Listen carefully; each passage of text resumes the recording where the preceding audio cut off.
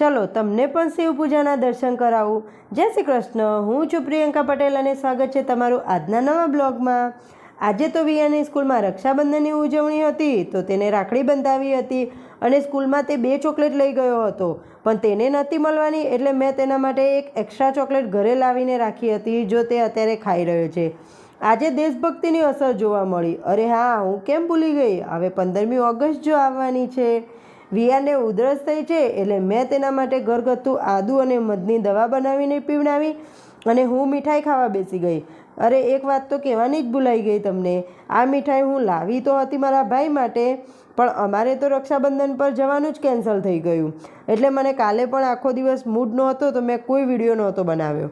આજે અમારે પડોશીના ઘરે રુદ્રાભિષેકની પૂજા હતી, તો સાંજે અમે ત્યાં દર્શન કરી આવ્યા અને ચા પીતા પીતા અમે થોડું ઘણું કામનું પણ ડિસ્કશન કરી લીધું। અને આ તો જુઓ, મારે ઉપવાસ છે અને પોતે સિંગ ભજીયા ખાઈને મને લલચાવે છે। આ તો કેવો ન્યાય કહેવાય વળી। સાંજે આવી ગઈ જીમમાં। આજે વહેલા જીમ પતાવીને ઘરે આવવાનો વિચાર હતો, પણ ટ્રેનરને કાલે રજા હતી, તો મને 2 દિવસનું ભેગું જ વર્કઆઉટ કરાવી લીધું અને સાંજે મારે પાછું મોડું થઈ ગયું। ચલો હવે કાલે મળીશું નવા દિવસ અને નવા વિડીયોની સાથે। ત્યાં સુધી જય શ્રી કૃષ્ણ।